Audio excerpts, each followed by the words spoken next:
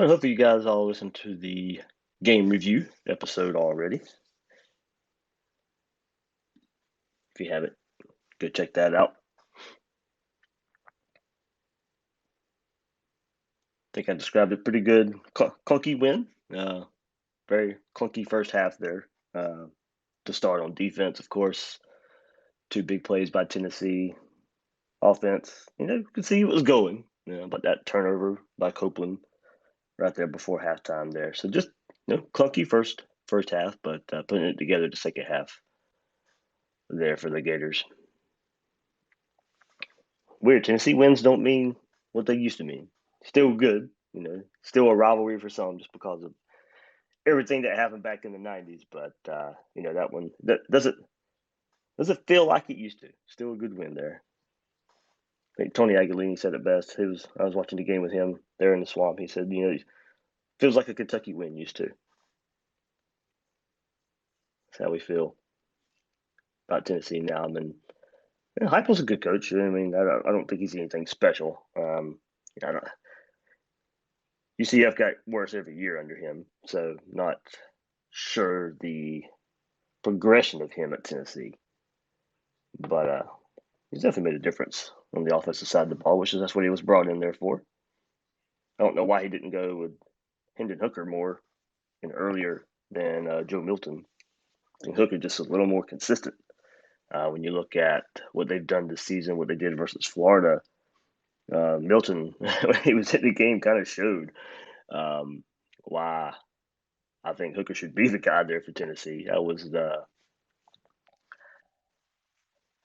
Milton just can't hit anything. That's just what they've shown. Maybe Heupel fell in love with the big play uh, in fall camp and everything shown there. But Hooker's just been the more consistent guy for them there, and I think that's what we saw a little bit of that on Saturday. It wasn't really all that consistent versus Florida. I mean, like more consistent than Milton would have been, but lived up the big plays there, and of course, the way Florida plays defense a little bit, just there's some easy throws in there, easier than they probably should be. But those busted plays were really the only thing keeping Tennessee in it, which was my worry going into the game. I didn't think they could drive up and down the field on Florida. That's pretty much how it played out there. Yeah, maybe some pass for some of the big plays there. As far as maybe as far as the coaching side of it goes, just because there's some young guys out there now. Those are issues we've seen a whole lot, no matter who's been out there. But when mostly the veterans have been out there this year, you haven't seen that big busted play too much, and definitely saw it. I mean, the first one, Bernie's got to make that tackle. Torrance has got to make that tackle. There wasn't that many tackling issues the first couple of weeks of the season, but now that we've seen competition ramp up, you're starting to see that creep up, at least earlier in the games. I don't even know why it takes them a while to settle down in that regard. I mean, you got to go out there and make a tackle. I mean, it's a getting you can't sit here and tell me every week got to get used to the speed of the game or got to get used to the physicality in the game. I mean, this is a every week thing. You can't be starting slow in that regard. But guys got to make the tackle, be in position, make the tackle. But that's just another reoccurring issue here when the talent level is much better than the FAUs and USFs of the world. Seen it 2 weeks now at the beginning of games where not making the tackle, in position to make some plays, not making those plays. And then McDaniel just man coverage. And for whatever reason, is looking into the backfield. No reason whatsoever to be looking in the backfield. So chalk that up, hopefully, to a young mistake, a young player mistake. Get better in the film room. Learn from that. That's what you have to do in that regard with a young player there. And you hope. I think the biggest thing, and taking it in that regard and looking at what was going on in that game without Elam back there. I mean, you have to use this game as a launching point, a teaching moment for these young guys. Marshall and Helm, and I thought they held up pretty well for most part of the game. The big plays weren't on them, as maybe you would have expected. Those guys making out there with Elam, making their first career starts together. when you look at it that way. I thought they played pretty well. And it was just safety play and Torrance, McDaniel. That I thought Trey Dean had a pretty good game there. But, I want to go back and look at it. I'm going to try and do a rewatch today. But there could have been times out there when, if Dean wasn't out there, you're without Dean, you're without Elam, and you're filled with a whole bunch of young guys back there, and Hellman, Marshall, and Torrance, and McDaniel, guys who haven't played a whole lot of football, or at least if you want to take it a little bit further than that, a whole lot of football together. I mean, so Florida was very young and inexperienced back there on the back end at points in the game. So I want to go back and look and see how much. I mean, throw Elijah Blades into that. I mean, he's got plenty of SEC experience being at Texas A&M as well, but still not experienced with these guys and not the experience in orange and blue. So go back and look and see how much those players were all in the field together there without the leadership and the experience of a Trey Dean and a Kyrie Elam. So hopefully a learning experience for those guys. You're going to be able to have to count them at some point in the season, and know a good learning experience for those guys who are probably going to be your main guys in the defensive backfield next year. They're still getting some early season experience here in 2021 in a SEC environment, a team that likes to run up tempo and a team that likes to throw the ball there for Tennessee. So you hope take take all the learning experiences that come with Saturday night and move forward with it. But just gotta one more time, find a way. Hopefully, this is not going to be a broken record every week, but find a way to start better. And it doesn't matter what the circumstance is. I mean, is this going to just be we're just this consistent? And I know we can sit here and say, and I'll sit here and say, yeah, guys are in position to make plays, guys need to make tackles and stuff, but it's still a consistent issue with this defensive staff, no matter what. I mean, so are you teaching it the right way behind the scenes? Is the defense too complicated for young players? And we've seen young players come in, and not many. Elam was pretty much ready to go as a freshman there, and I think Marshall and Helm are learning along the way. And like I said, I thought played pretty good on Saturday night. But we got to figure out what the preparation part of this is with Todd Grantham's defense that just does not seem to translate early in games. So I don't know. We don't know the answer to that. Just besides the fact that it's just been a consistent issue in Todd Grantham's career, and certainly what we see at Florida going year by year now is just not being able to get off to these fast starts for this defense. And doesn't mean and it seems sometimes it's just different reasons. Sometimes you look and say, well, it's the scheme and guys playing too far off, and it's easy pitch and catch for guys for an opposing offense, and that's certainly valid. Another time, okay, well, the guys are actually in position this time and don't make the play. It never seemed to be just one consistent issue that you can point to now. It's just it changes every now and then from what the reasoning is. So, but the one constant is this defensive staff, and I don't know. It's just hard to pinpoint what the exact issue is just by besides saying just the wide blanket excuse of it's Todd Grantham. I mean, there has to be reasons out there, and the teaching and the experience and trying to learn this defense. I mean, it is a complicated defense. I've been told that by plenty of people around the program, close to the program, that this is a complex defense, and maybe that's the adjustment that's needed. But I don't think that's an adjustment the staff's really going to make all that much. They're going to fit you in to try and do what they want to do. And we've seen first couple weeks of the season, Perkins out there making plays, being an aggressive player in the backfield. In the last couple of weeks, has looked lost at times, looks confused at times versus Bama and Tennessee pre-snap and during the play as well. You can't have that. And I think that's why we've seen Travis Johnson out there more in the SEC play so far, is at least pre-snap, knowing where he's supposed to be and knowing his assignment. Now making the play is a whole different story, and we've seen some inconsistency there in tackling. But he got better as the Bama game went on, and could probably be a little more physical overall when you look at it. But that's a player that we were pretty impressed with early in the season, and Jadarius Perkins haven't necessarily seen a whole lot the last couple of weeks, and confusion definitely part of that. But yeah, definitely want to go back on and rewatch it. A quick rewatch yesterday morning. Just notes for the review podcast, but I want to go back and just kind of focus in more on the secondary, see who was out there a whole lot together, who wasn't, who I know Blades come in and played on like the third drive of the game. It's the first time I had noticed him out there. I don't know if he was out there any part of the first, second drive. I know Hellman and Marshall were the announced starters. So I have to go back and look and see if the third drive was when Blades came in for the first time. But I mean, he was a little physical there, and that one run Tennessee had on the outside, Florida didn't set the edge very well. Tennessee gets a pretty big chunk yardage run, but at the end of that run, Blades just waylays the running back going out of bounds. So I like that physicality there coming from him. So I just want to go back, kind of look and see what we noticed from Helm and Marshall and Blades. It didn't seem like those guys were giving up too much in the passing game. When you go back and look at it, it's just those big chunk plays early on came from missed tackles with Bernie and then safety play end up with Torrance not making that tackle, and then also later on with a big play given up by McDaniel. So secondary is something different we're going to focus on. But guys, come on, get in here. If you want to give me your thoughts, looking back at Tennessee, looking back at the week of college football, maybe a peek ahead towards Kentucky.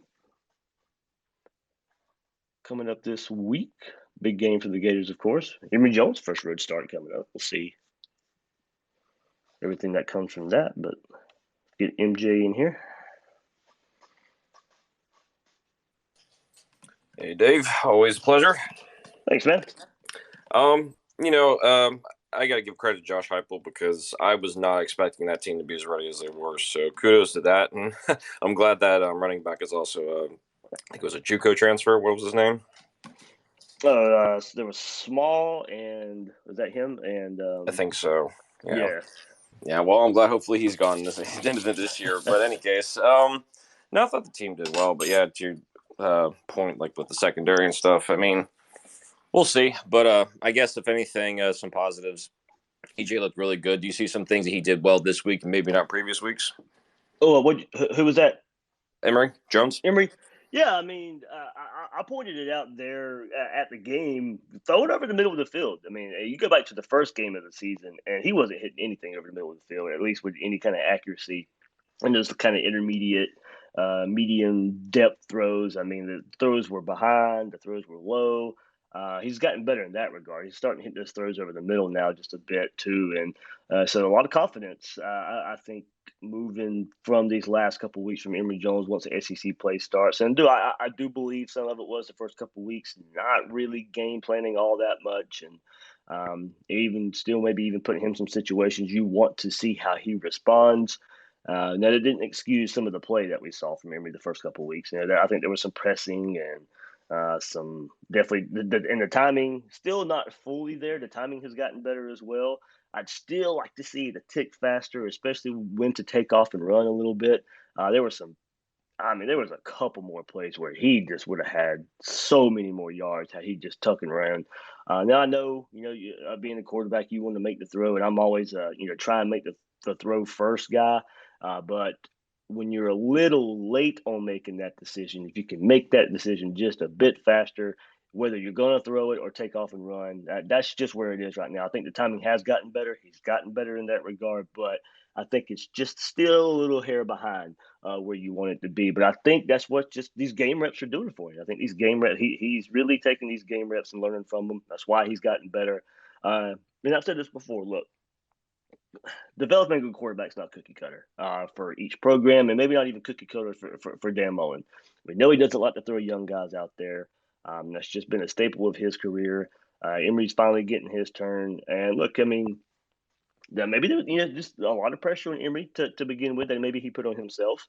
And there's pressure of being the Florida Gator quarterback that just comes with being the Florida Gator quarterback. And maybe he just needed these game reps. Maybe that's what it was. Maybe that was a final step for Emery. Maybe all the film watching and learning from Franks and Trask through the years, all that's good, well and good. And he took that and ran with it. But maybe just that final step was just getting these game reps. So you say it's not the same for every quarterback. Some quarterbacks are more ready to go as true freshmen and young quarterbacks. Some guys maybe need a little more seasoning and need all the experience they can get before it all comes together. Maybe that's what we're seeing and hopefully seeing with Emory Jones. Awesome, Dave. Dean, that's all I can think of outside of maybe looking ahead against Kentucky. Is there anything that maybe you are worried about that we saw this week that could show up next week? I'd So I think we get say like delayed games, stuff like that. I mean, it didn't seem like the offense was going as fast as they could, especially if they go on the road. yeah, the tempo showed up more in the second half for this offense, or at least on a more consistent basis. I think you could say, this the worry is the first road start. I mean, this is the first road start for Emory Jones. Think of a player like Xavier Henderson as well. When you go back and he was a true freshman last year, got the experience, but he hasn't played in an atmosphere like this. You go through 2020 in the COVID season, there was no stadium that's going to be as raucous as what we'll see in Kentucky. Saturday night. So there's going to be some young players also out there making their first big road start in that type of environment. So I think it's good that Florida's had about 4 games, about a month now.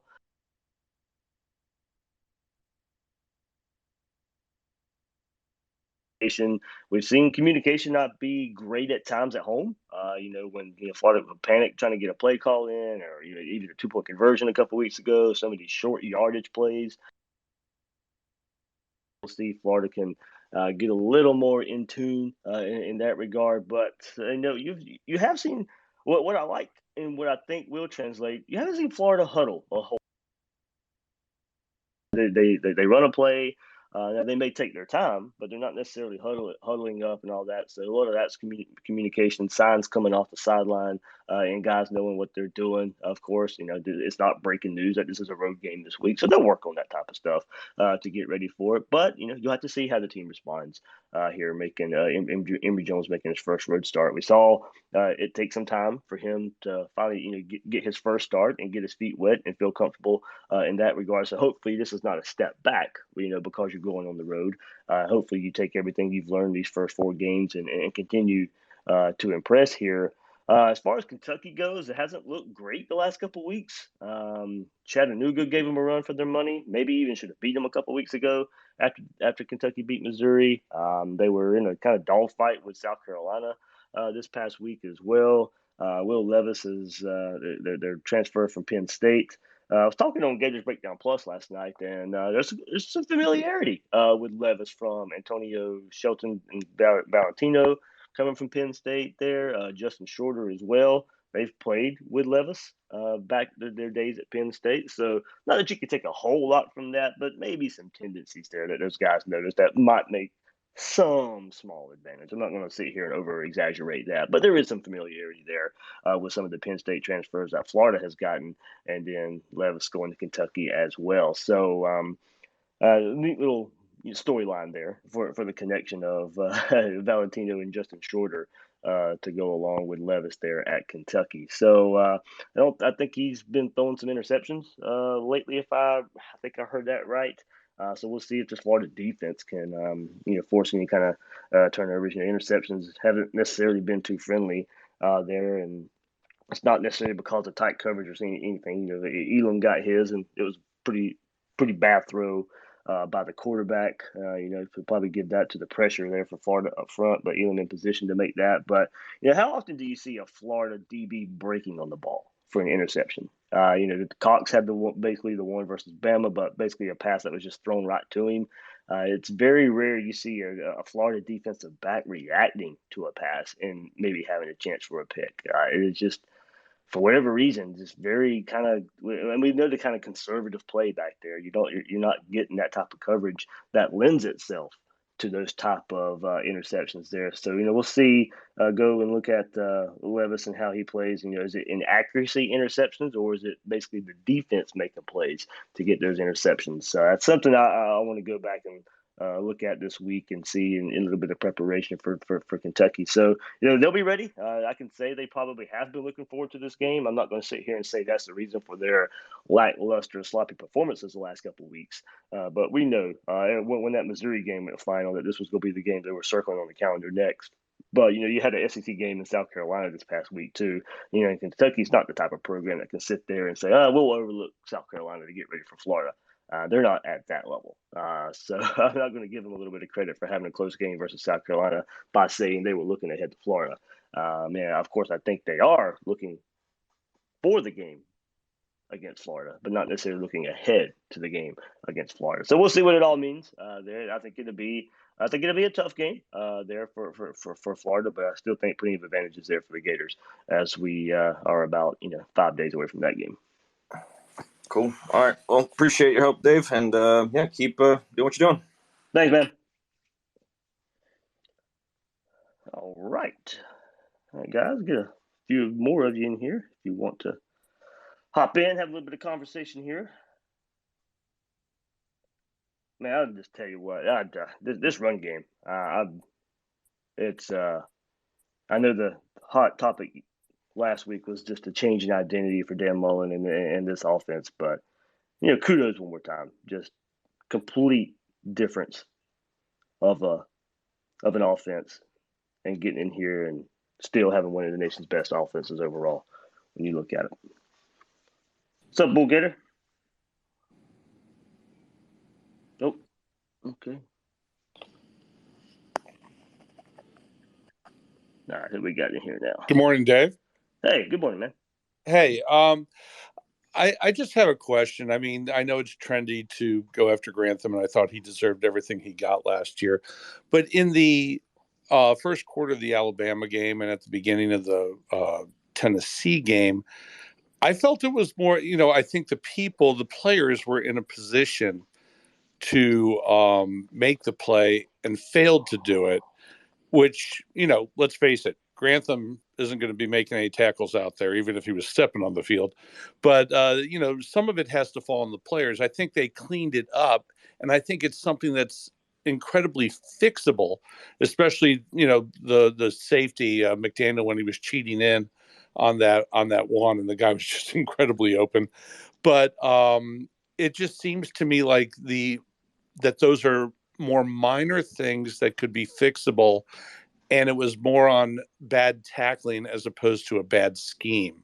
I mean, when there were some discussions afterwards, because let's face it, we pitched a shutout in the second half, and then obviously tightened up in the Alabama game. So I think the defense is way past where it was last year, because last year I've been watching the Gators for 55 years now, but last year was probably I've been a season ticket holder for 25 of them, and I think last year was the worst defense I had seen in the 25 years I had been a season ticket holder.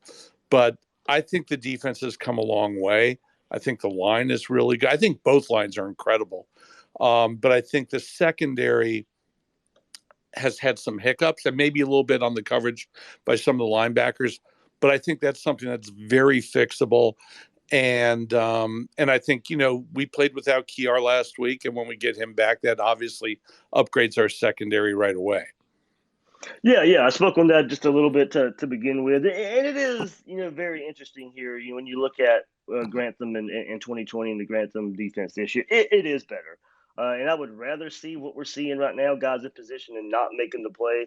The only issue is I still think some of those are consistent issues under Todd Grantham, and how much can we pin that on him? The lack of tackling, the lack of physicality to start games. No, you're right. They eventually figure it out. They get better. You don't see as many missed tackles throughout the rest of the game. But what is it that lends itself to these slower starts, whether it be the mindset, the physicality part of it? We're seeing that versus Alabama. We're seeing that versus Tennessee. But, last year in 2020, I said to be as bad as you were on defense, that took a combination of bad play from the players and bad coaching. I fully agree with that assessment. Yeah, but that's exactly what we got. But this year, I do agree with you that it does seem the scheme is a little better this year as far as getting guys in position, but also these are the guys you've recruited. These are the guys you've developed. These guys are playing in your defense, and it's still some of the same issues that are creeping up as far as the taking poor angles and making tackles. So it is hard to determine how much you could put on the players in that regard, and compare that and weigh it and put it on the scale versus a consistent issue with a Todd Grantham defense. But you're right. I mean, how much more can you ask to put the guys in position, and how much more do you put on them to say, all right, well, you're in position. It's up to you to make the play versus the development that comes along with that for those guys to actually make the play. Right. Now, on a positive, and I've been very happy with so far this season, even despite the loss with Alabama. But I've always been a believer that you build championship teams from the lines out. And I am incredibly impressed with our offensive line. I mean, they were a very good pass blocking team last year, and the run game did pretty well when we used it, but it wasn't as consistent. We have an incredible running back room, but our offensive line is performing top notch. And to go from a number one passing team one year to the number three rushing team, and the only two teams ahead of us are Air Force and Army, who Yeah. they make their money on the run game. And but to be a traditional running team and be up where we are, that's insane. I just think I can't say enough about our offensive line and the running backs. And I got to tell you, Wright has impressed me as much as I like all of our running backs. I am incredibly impressed with Naquan Wright. I mean, I tell you, they all bring something to the table, and they've all had their moments this year. That's another thing I like seeing too.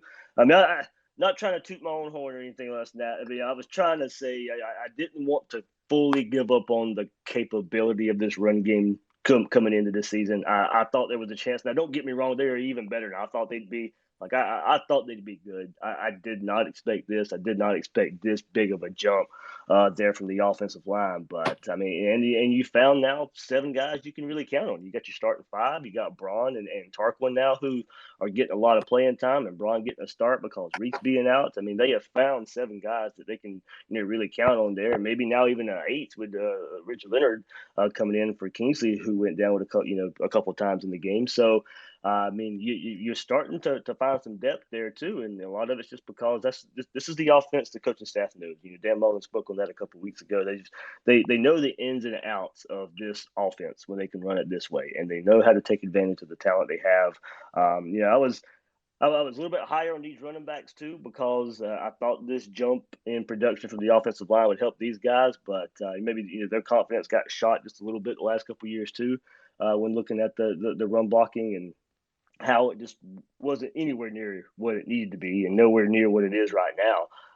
There were times the running backs were missing holes when holes were there and stuff last year, but now you're seeing I think some confidence in the guys up front. You're seeing Davis and Wright and Pierce. I mean, a couple of those moves Pierce made the other night. I think one was on a pass catch and making the defender miss, and then one was a run out wide and a little juke, and he's getting some extra yardage. I mean, Damian Pierce is showing a little bit of nimbleness and shiftiness that I'm not sure we remember him having in that regard. But Naquan Wright the last couple of weeks has really had at least one drive. He's had a lot of runs there that you could point to, but there's just like one drive a game where he just kind of takes over and shows what he can do. And Malik Davis had another drive where he kind of just took over as well in this game versus Tennessee. But I like what these guys bring to the table, and I know we all like to see Lingard and we all like to see Bowman a little bit more, and maybe that can lend itself if Florida gets up big in games and you can throw out those guys there in the fourth quarter a bit more. But it's hard to complain what we're seeing from these 3 veterans right now. Thank you very much. Thanks, man. Hey, Bulgetta. Hey, Dave. Good morning. Sorry, I didn't realize my phone had a mute button on it. I had to hit. Oh, okay. All good.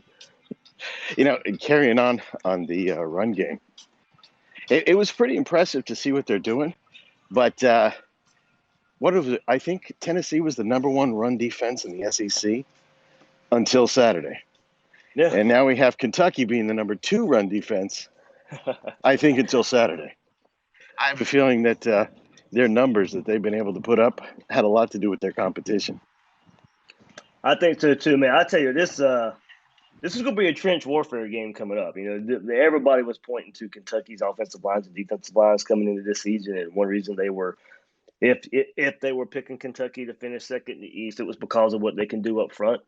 But we've heard that about Kentucky, and I've said this a lot. Ever since I still think they get a whole lot of love. Are they better than what they used to be? Yeah, but I still think they get a whole lot of love, maybe too much love from that 2018 season, and it carrying over from season to season to season. Now, I mean, this is a team that a lot of people were quietly picking last year to make a lot of noise in the SEC. And I know 2020 was weird and 2020 was different, but Kentucky did not look all that great there in 2020. And now they get a transfer quarterback in. He's supposed to be the answer. They're supposed to open up the offense a bit more there. They're still leaning on the run game a good bit. That's what their offense is still going to be based on. But now it's more, trying to play action and hit some more deep shots there with Levis at quarterback. But this is going to be a trench warfare game. This is going to be a nasty game up front, both sides of the line of scrimmage there. So you'll see. I mean, whoever wins Saturday night, it will be based on what you do in the trenches. And I'm really looking forward to it. I think this is going to be a knockdown, drag out. I won't necessarily say classic SEC slobber knocker because I think both teams have some explosiveness in that regard as well. But it's going to be nasty up front on this one. Well, I was watching the game yesterday, Kentucky South Carolina game. I thought that Courvoisier Smoke was going to be their number one, their RB1. Definitely that kid. Hope I get his name back. Gonzalez. He was their workhorse, man. He did everything for me. He's a good runner. He averaged a lot, like what was it, 4.5, 5 yards a run. That's pretty good. Yeah, that was against South Carolina after the week after getting blown out by Georgia there. So we'll see. Yeah, I am interested. The reason they brought Levis in was to open up the offense a bit more and to see if they could open up more in the passing game. And we'll see how much they respect Florida's defensive line after Florida's performance versus Alabama a couple weeks ago. Tennessee did get some chunk yardage in the run game with their tempo and maybe Florida maybe trying to overcompensate for stopping the big play a bit there in the second half, starting that second half last week versus Tennessee. So I'm interested in seeing, if Kentucky was like, well, maybe we don't want to try the run game early, see if we can steal a big passing play because we've seen Florida give them up there. Maybe try and steal it there, or Georgia. They just try and come out right away and establish the run game because that's their identity. So I do. It's going to be an interesting little battle there Saturday night. There, I'd like to see Florida, reverse the trend, get off to a fast start on offense, and take that crowd out of it early anyway. But I'm looking forward to this game Saturday. I think there's a few ways to look at this and how to attack it from Kentucky's side of things. Well, one last point to break into actually 2 points. One was when you get a chance to watch the Kentucky South Carolina game, you'll see that this Levis kid, he didn't look so great. Yeah. I mean, he reminded me a lot of Herndon from what's that called, from Tennessee. Yeah. Or is that his name, Herndon? Hendon Hooker, yeah. Hendon Hooker, gotcha. He was all right. I mean, he wasn't making any great passes. But that leads me onto my last point, which has to do with the defense and the secondary. I mean, as we talked about last night, had he been a little more accurate, that could have been a very different ballgame because there was a lot of open Tennessee wide receivers. And there was some drops there too by Tennessee. That one mesh crossing route that they had that was just dropped. That's right. So when we say we're cheering it, we shut them out in the second half. We were fortunate to shut them out in the second half. It's not like, I think our secondary has turned a corner. I don't think so. And we've always said that nothing makes a Grantham defense look better than a bad quarterback. And I think that's what happened Saturday. And hopefully it continues on next Saturday, but I don't know how long we can count on that. Even the backup quarterback from Georgia who's starting now, Stetson Bennett, he's going to hit those throws. The kid from LSU, he's going to hit those throws. Then what? So anyway, that was my last point, Dave. Thanks. Yeah, man. Yeah, we saw Max Johnson. He did hit those throws last year versus Florida when Florida and LSU play. So, That is one thing. We did come into this season saying there was not a lot, not many great quarterbacks in the SEC this year, and wonder if they could, if we did know, Grantham feast on the not so great quarterbacks in the SEC. So we'll see that adjustment. You'll get Kyrie them back this week, so that'll help in that regard versus Kentucky. So, but yeah, I think plenty to look forward to in how Will Levis and how he performs and how Grantham can scheme up against hopefully another inaccurate quarterback there that can lead to some turnovers. But it stinks that we probably have to say, okay, let's feast on the not so good quarterbacks. You like to see them show up, and I think that that LSU game versus LSU and Max Johnson will be a good test as far as secondary and a quarterback that has proven somewhat that he can pass the ball more so than what Florida has played so far this year. You had Max Johnson those last couple games last year versus Florida versus Ole Miss, proving he can throw the ball. Now you had Bryce Young, of course, and you knew him being an Alabama quarterback. There was going to be some talent there, and we saw that talent on display. But now you probably are not facing another quarterback with any kind of name recognition because of production. Max Johnson versus LSU, and then of course the Georgia game as well with JT Daniels just a couple weeks later. So yeah, I mean, I'm just there's a lot of storylines in this Kentucky game, and that them finding an OC that wants to open it up a bit more, them going out there and getting a transfer quarterback to open it up a bit more. We'll see what that means for their offense. They get the big win versus Missouri a couple weeks ago, and I thought that was a good win. That was a game I was looking forward to before the season. That week of the game maybe loses a little luster now. Missouri losing to Boston College this past week, so maybe I was hyping Missouri just a little bit too much. They were the team I picked third in the SEC East. Kentucky's got the head-to-head win now over there. But that game went about like I thought. I thought it would be a back and forth. I thought it would be a close game between those two. That game was a couple weeks ago. There between Kentucky and Missouri. Kentucky came out with a touchdown victory. I think they won by a touchdown. But it was a really close, competitive game when you're looking at who most people think are the teams behind Florida and Georgia. But this is the first chance for a lot of people to be proven right about not being so high on Florida because of who Florida lost this year. And the trendy pick of picking Kentucky. Now, when it all came down to it, in the SEC media days, Florida was the majority pick to finish second in the SEC East. But you still see a lot of trendiness of wanting to pick Kentucky second in the SEC East, and that storyline will start Saturday there when Florida and Kentucky meet head to head on Saturday night. So a lot of people will be looking at that. I forget the conversation. I think it was Vari on Twitter, and we were talking about, and he's going to be right. I think you're going to see a lot of people picking Tennessee this week, or maybe putting Florida on upset alert. But and then I kind of responded with, well, if they're going to hype up Kentucky all week, then when Florida wins, if Florida beats Kentucky Saturday night, then we better see it reversed. You better be giving Florida a whole lot of credit too, because not only is it just this week and how Kentucky has played so far this season, it was something we heard all off season that Kentucky was going to be the program, the difference in the SEC East this year by by finishing second in the SEC East behind Georgia and not Florida. So we'll see. We'll see what comes Saturday. But if a lot of people are going to pick that pick this week and to be a trendy upset alert, then hopefully Florida gets that same credit there when walk out of there with a victory on Saturday night. All right, let's see. Some crunch time. Don't. Yep. There you are. Hey, Dave. There you are. Yep. Hey, Dave. How's it going, brother? Good. How about you, man? Hey, I'm one of those idiots that picked Kentucky to finish second. To finish second, and the reason I did so, like I told you in the offseason, it was who Florida had to face coming out of the East, coming out of the West, Alabama and LSU, and who Kentucky had. So I was one of those guys that did it, guys.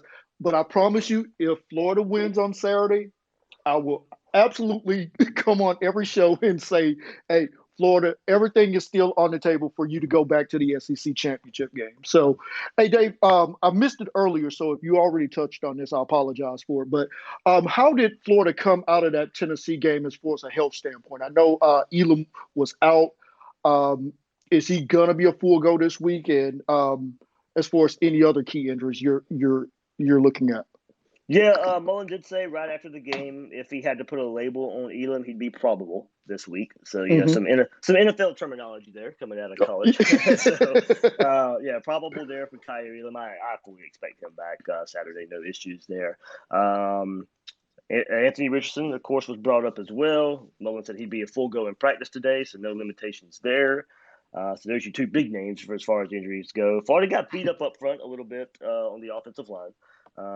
But I haven't heard anything coming out of that as far as any seriousness there. Still don't know really the status of Reese, who the right guard. Mhm. He did not play versus Tennessee Saturday, so we'll Right. see if he's able to go. Delance goes down, right tackle. He went with an injury, but he was standing up for most of the game there on the sideline. I saw, and then Kingsley Eguilcon, the center for the Gators, went down a couple times. The last time was really late in the game. So we'll see there. I think there might be some bumps and bruises up front. I haven't heard of anything serious there. So I think that's probably just what to look out for is if we get any more updates on the offensive line. Now, we'll talk to Mullen today there. So offensive line might be what to look out for. And this is definitely a game you don't want that. You'd rather have your horses going against pretty physical Kentucky front. Mhm. But Florida's built some depth there. I talked about that earlier there along the offensive line. But you still like to have your full horses when you go against probably one of the better SEC teams you'll go against this year. And this Kentucky team, guys, just as a look ahead, and Dave, looking forward to catching up with you over the next couple of days, talking about it. This Kentucky team is absolutely physical up front, both sides of the ball. So you're definitely going to need to be full go in this matchup. And everything that you guys have already talked about is still in front of Florida, being able to get back to the SEC championship game, but literally the mulligan is out because that Georgia schedule it's cupcake city the rest of the way. I mean, good grief, man. Yeah, But Arkansas is probably better than what we thought, but I still don't they are. think But it's I don't expect much of a even upset of alert at all with Arkansas and Georgia there. Auburn. We'll see if a quarterback change happens, and if that maybe turns the corner for them. Nick's, of course, isn't the answer, and we all know that. I'll message you later about some stuff that I got out of Auburn as far as that goes. But hey, Florida fans, hey, your team is right where. Honestly, they're ahead of where I thought they would be coming out of that Alabama game. Didn't know if they were going to be the Alabama hangover. Took care of work last week against a Tennessee team that's just absolutely finna get just demolished for the rest of the season. So, hey, Florida, I mean, because their depth as far as what they lost as far as scholarship players, Right. It's the worst I've ever seen. I mean, Penn State didn't even lose this many guys when they could have opted out. So everything is in front of Florida right now as far as being able to get back to Atlanta. And that's something I know Dan really is going to be hyping, talking about the rest of the year. So, hey, guys, great job, Dave, as always. I'll continue to listen in. All right. Thanks, man. All right. Well, I actually about to do it right there. I got to go on, get to work. But, guys, thanks for hopping in for another Week 4 recap, Florida, Tennessee, and a little bit of look ahead there, Florida, Kentucky. I think kind of ready to turn the page a little bit already. But Will Miles and I will take a look back what he saw versus Florida and Kentucky, or Florida and Tennessee this past week. We'll look ahead to Kentucky as well. Coming up, we'll see what Dan Mullen has to say. His 1:00 press conference, of course, we'll highlight that on tonight's Gators Breakdown as well. So everybody can listen to that live on YouTube tonight at 8:30. That'll be greatly appreciated. If not, you can catch a replay, of course. But everybody, thanks once again for all the support, all the interaction here on this Twitter Spaces.